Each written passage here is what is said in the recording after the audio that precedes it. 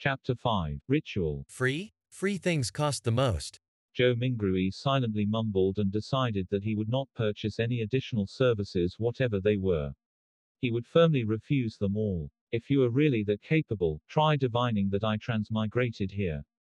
With this in mind, Joe Mingrui followed behind the woman whose face was painted red and yellow, stooping low to enter the low tent. The tent's interior was extremely dark, illuminated only by several beams of light that managed to seep inside. A table covered with paper cards could be made out faintly in the low illumination. The woman with the sharp pointy hat was not affected by this at all. Her long black dress glided as though it was moving over water while she went around to the table. She sat on the opposite side and lighted a candle. The dim yellow light flickered, causing the inside of the tent to appear bright and dark at the same time. It instantly added a much more mysterious feel to the atmosphere. Joe Mingrui sat down quietly, his gaze sweeping over the tarot cards on the table where he discovered familiar cards like the Magician, the Emperor, the Hanged Man, and Temperance, etc. Could Roussel have been a senior? I wonder if he was also a fellow countryman of mine. Joe Mingrui mumbled to himself subconsciously. Before he could finish looking at the opened cards on the table, the woman who claimed to have accurate divinations had already reached out her hands to gather all of the cards together. She stacked them into a deck and pushed it in front of him. Shuffle the cards first and cut the deck. The circus fortune teller said in a muted voice. Me? Shuffle? Joe Mingrui asked reflexively. The yellow and red paint on the fortune teller's face squirmed together as she revealed a slight smile, saying, Of course, everyone's destiny can only be unraveled by themselves. I only serve as a reader of it. Joe Mingrui immediately questioned her warily. This reading does not require additional fees, right? As a keyboard folklorist, I've already seen too many of such tricks. The fortune teller was visibly taken aback before finally saying muffledly, It's free. Joe Mingrui, relieved, stuffed the revolver further back into his pocket. Thereafter, he calmly reached out his two hands to shuffle and cut the deck skillfully. It's done. He placed the already shuffled tarot cards in the middle of the table. The fortune teller clasped the cards with both her hands and carefully looked at cards for a while.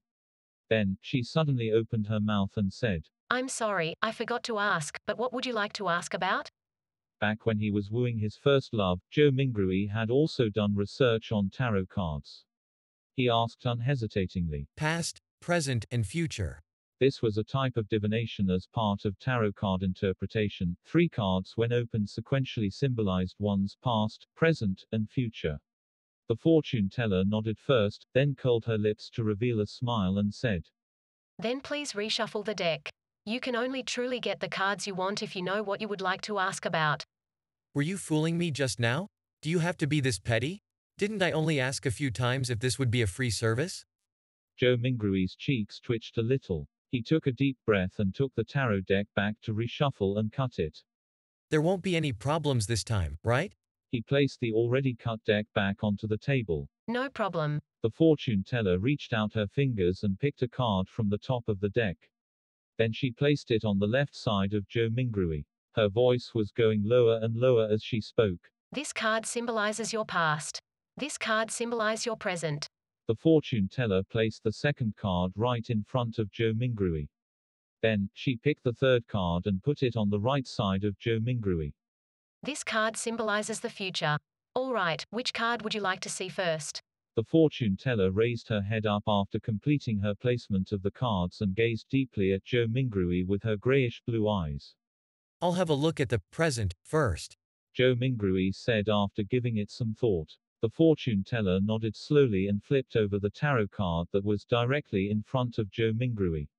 A colorfully dressed character was depicted on this card, wearing ragged headgear with a stick over his shoulder.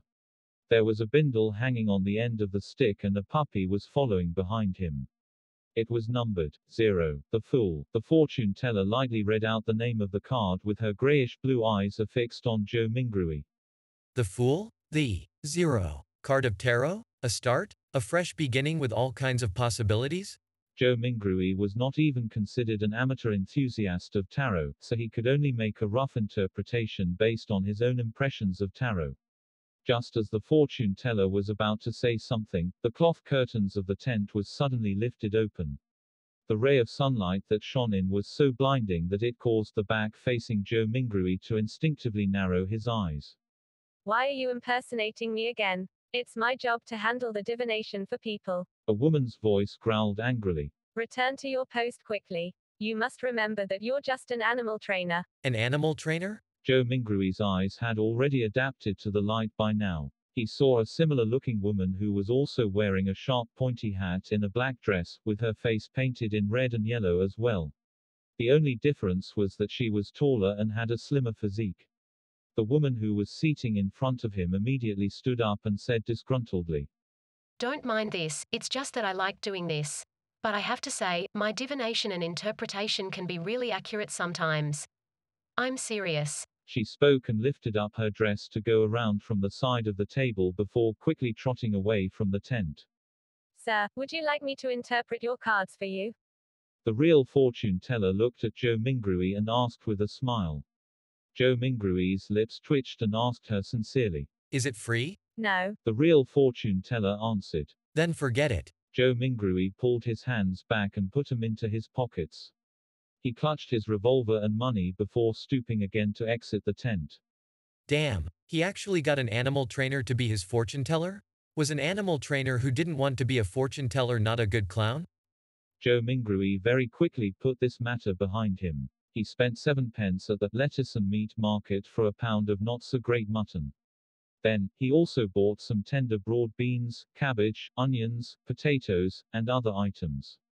Together with the bread that he bought earlier, he spent a total of 25 copper pennies, which converted to 2 soldi and 1 pence. There is really not enough to go around for spending. Poor Benson. Not only had Joe Mingrui spent the 2 notes that he had brought with him, but it was also necessary for him to top it up with the 1 penny he had in his pocket. He just sighed and did not think further about it as he hurried back home.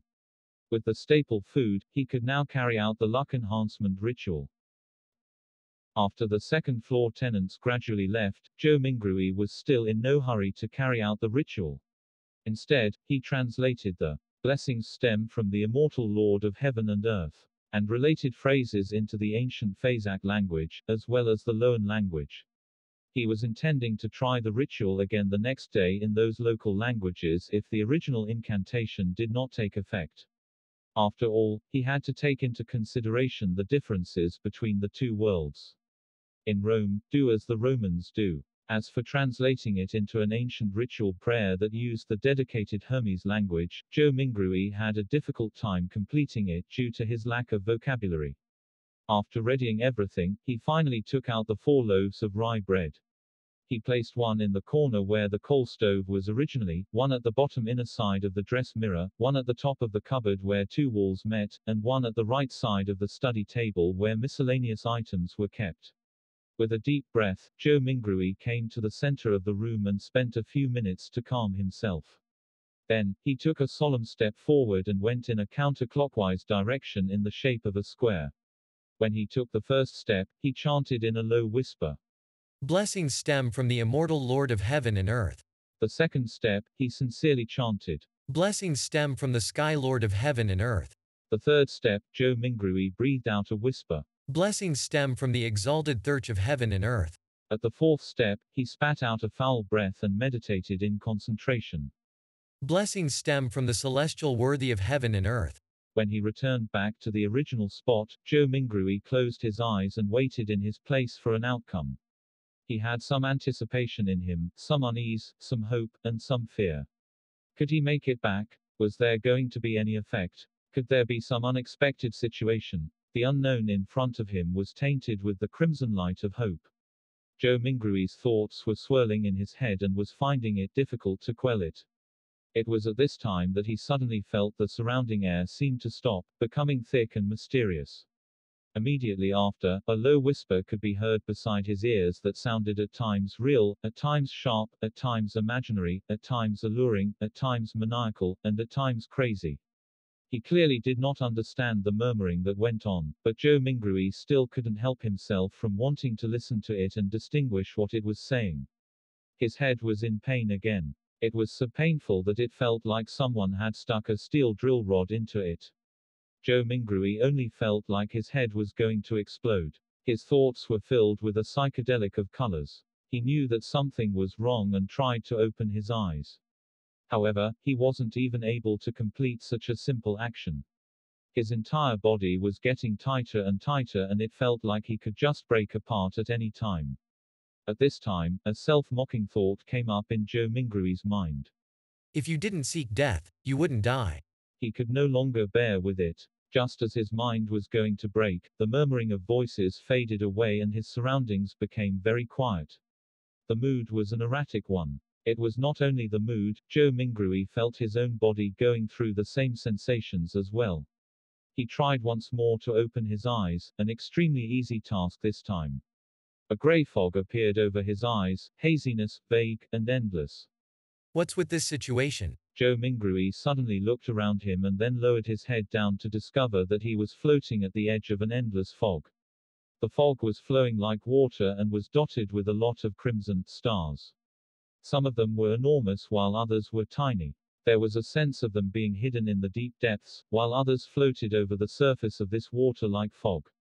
Looking at the seemingly holographic sight, Joe Mingrui reached out his right hand in a half-confused, half-exploring manner to try to touch the crimson star that was seemingly floating on the surface. He was trying to find a way to leave this place. When his hand touched the surface of that star, a watermark suddenly appeared from within his body and agitated the stars into a crimson burst. It looked like a dreamlike burning of flames. Joe Mingrui got a fright from it. He retracted his right hand in a panic, but accidentally touched yet another crimson star.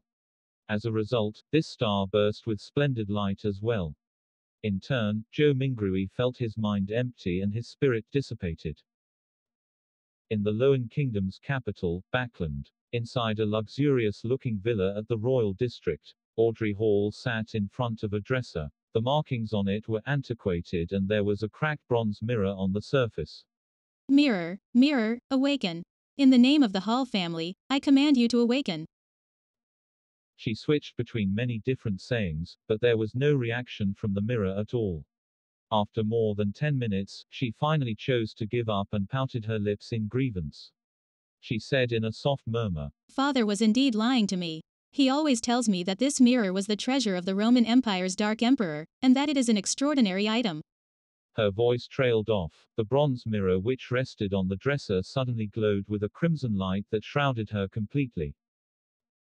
In the Sonia Sea, a three-masted sailboat that looked like an obvious relic was navigating through a storm. Alger Wilson stood on deck, his body undulating with the currents at sea, maintaining his balance easily. He wore a robe embroidered with lightning patterns, and in his hand was a quirky-shaped glass bottle. Bubbles billowed inside the bottle at times, frost turned into snow at times, and signs of gusting wind could be seen at times. We're still short on the ghost shark's blood. Alger murmured. Then at this moment, a crimson burst appeared in the space between the glass bottle and the surface of his palm. In an instant, it enveloped the surroundings as well. In the fog of grey mist, Audrey Hall regained her sight. She started reckoning the situation in a state of horror and confusion when she noticed the blurry image of a man on the opposite side of her doing the same as well. Immediately after, the both of them discovered another mystery person standing not far from them who was shrouded in a grey mist. The mysterious person was none other than Joe Mingrui. He was similarly dumbfounded. Sir, where is this? Audrey and Alger were startled at first, falling silent in the process. Then, they immediately started speaking in unison. What are you planning on doing?